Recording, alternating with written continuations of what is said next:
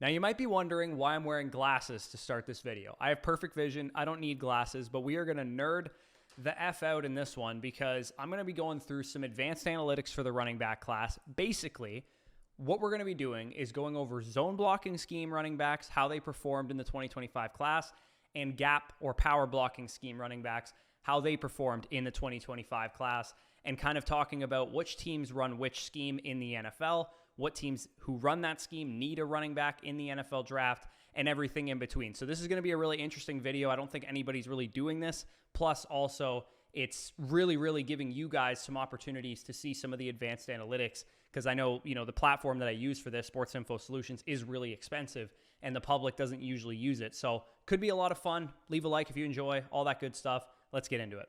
So in the NFL, zone blocking schemes and gap or power blocking schemes, for those of you guys that don't know, zone blocking schemes is basically where the offensive linemen, the tight ends, whoever's blocking, are blocking specific areas. So if it's an inside zone run, an outside zone run, each offensive lineman or tight end is assigned to a specific area, just the way that zone coverage is on defense. For Madden players, inside zone, outside zone, sweep runs, all those kind of runs that you do in Madden video games, and the Shanahan tree, the 49ers, the Dolphins, the Rams, the Falcons, the Packers, the Steelers, the Cowboys, the Bills, the Lions, all these teams utilize zone blocking schemes quite a bit. As you guys can see on the screen, the percentage of total zone attempts for 2024 NFL offenses are listed there. You can see Zach Robinson and the Falcons actually led the league in terms of their percentage of their total rushing attempts being zone attempts. The Steelers with Arthur Smith are right up there as well. The Cowboys, Mike McCarthy, and that offense was a West Coast scheme. Saints, Bills, Dolphins, etc., like I said. And then gap blocking schemes, for those of you guys that don't know what they are essentially where you see like guards pulling, and you'll see the A-gap runs. Everybody's assigned to a specific gap. It's designed to blow open a gap or a hole for a running back so that they can run halfback dive or duo or trap or power or whatever the case is. And the teams that utilize these the most are like the Chargers, the Eagles with Kellen Moore, the Titans, the Cardinals, the Ravens with Derrick Henry, the Commanders, the Colts. A lot of those teams usually have running backs who are a lot more north and south. So if you think of like Jonathan Taylor, for example, James Conner, Derrick Henry, those guys thrive a lot more when they can see hole, hit hole, run very far, really fast with a big guy who's not going to get taken down easily. So again, zone blocking, gap blocking, what we're going to do with this information is kind of apply it to the 2025 class and determine which teams use these schemes very often that basically have a running back need, and then also what running backs might be able to fulfill that need given what they do well from their college tape. So you guys can see the running back needy teams on the screen. I put yes if they have like a very clear and obvious running back need. The Steelers, the Cowboys, the Browns, the Broncos, the Raiders, and the Bears are the ones I gave yes to. And then a number of other teams that could use a running back. Will probably add one in this class just because it is a very deep class. And you can see I have them sorted by percentage of total zone attempts, percentage of total gap attempts on my left and on my right, respectively there. So again, this should give you an idea of what running back would probably fit what scheme a little bit better. For example, if the Chargers take a running back, they probably want a gap scheme running back. Same goes for the Patriots, the Commanders, so on and so forth. If the Steelers or the Cowboys take a running back, it's probably going to want to be more of a zone running back who runs in zone blocking schemes and excels in zone blocking schemes. So let's connect this back to the 2025 class because that's what you guys obviously care about this time of year.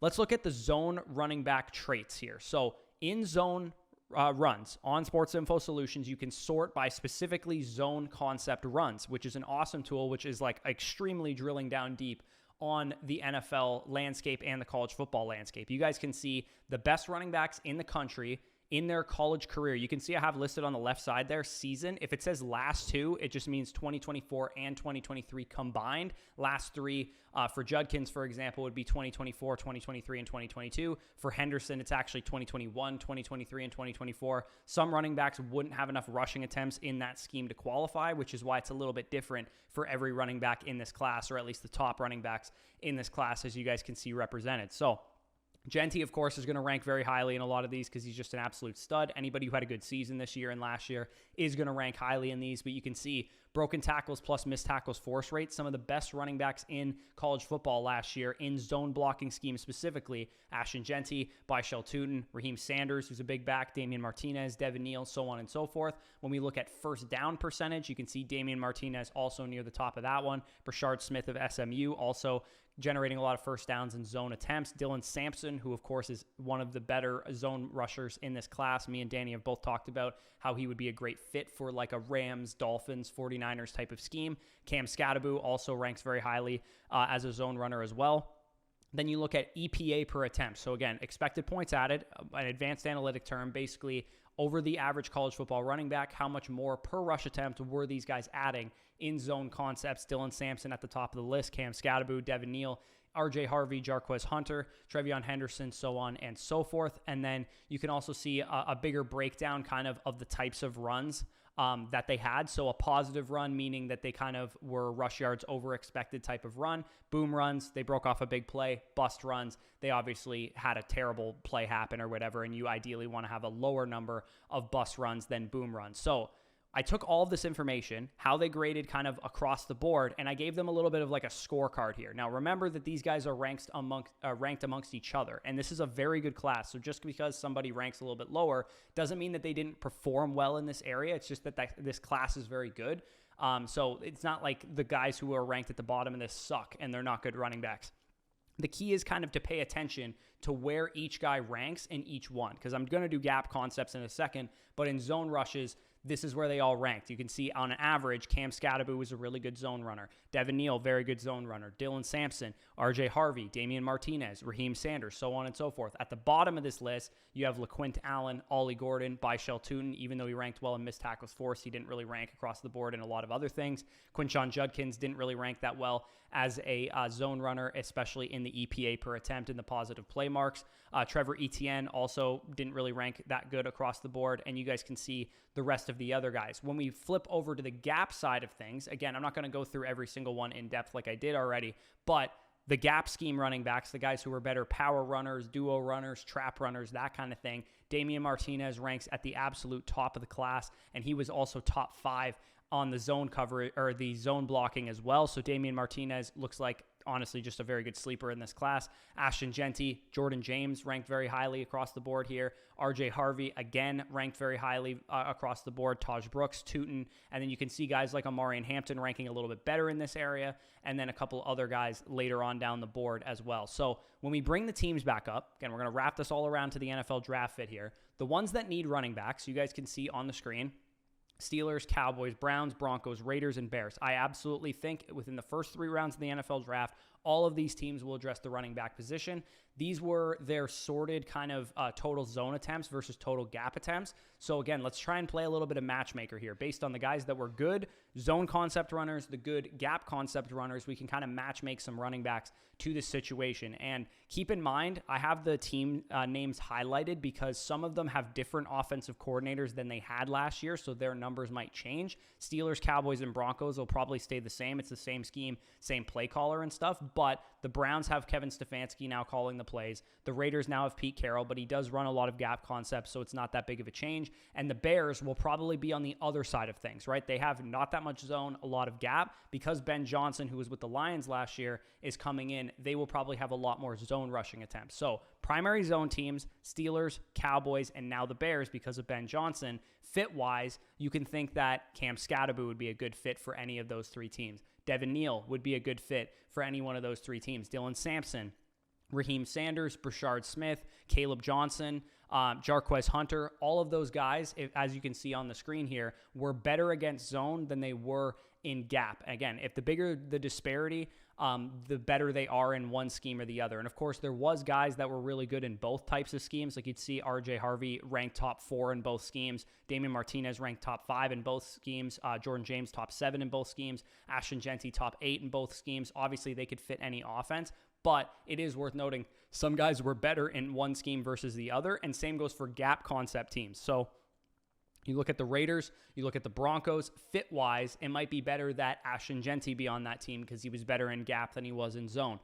Damian Martinez was better in gap than he was in zone. Jordan James, better in gap than he was in zone. Taj Brooks, Byshell Tootin, Trevor Etienne, Amarian Hampton, Trevion Henderson. Those guys were all better in gap concept runs than they were in zone. And then when you look at the Broncos and Browns, they were split pretty evenly across the board. So maybe they'd be interested in some of those more well-rounded running backs. Damian Martinez, RJ Harvey, Ashton Genty, the guys that could fit and do a number of different things might appeal to them. So teams that could address the running back position, and I hope I'm not confusing anybody to this point in the video. This is just something that I decided to dive into research-wise. It's more kind of descriptive than it is predictive, but I think it's a lot of fun to talk about.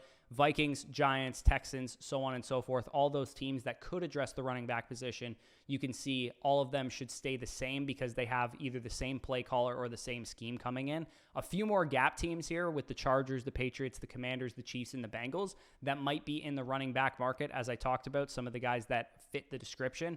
I'm going to give like my favorite fits here. So Chargers, Patriots, Commanders, Chiefs, and Bengals. Some of my favorite fits here is Tootin was really good in gap concepts. I think he would complement Najee Harris really well. That would be a fit I would like to see. Patriots, they could use a day 3 guy to complement Ramondre Stevenson. Maybe Jordan James makes some sense for them. Commanders, they could use a guy with a little bit more juice to complement Brian Robinson, who is a free agent after this year.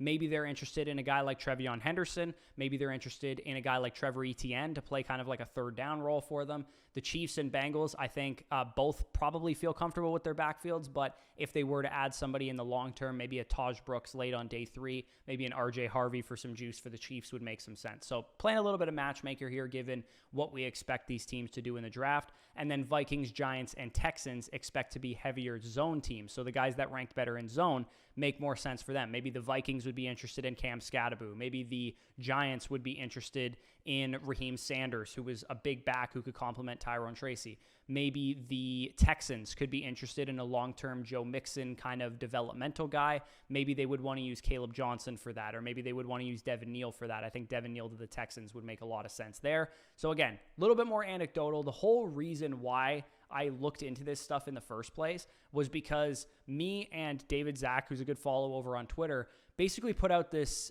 thing where every year he kind of reminds people, apparently, I haven't been following this, but every year he says he reminds people that if a running back is very poor at breaking tackles at the collegiate level, they might already be kind of dead on arrival, and about a 26% broken tackle rate is league average, is what he has listed here. And he's like, your red flag list for the 2025 class. And last year it was like Blake Corum and Will Shipley and some guys that didn't really do a whole lot at the next level.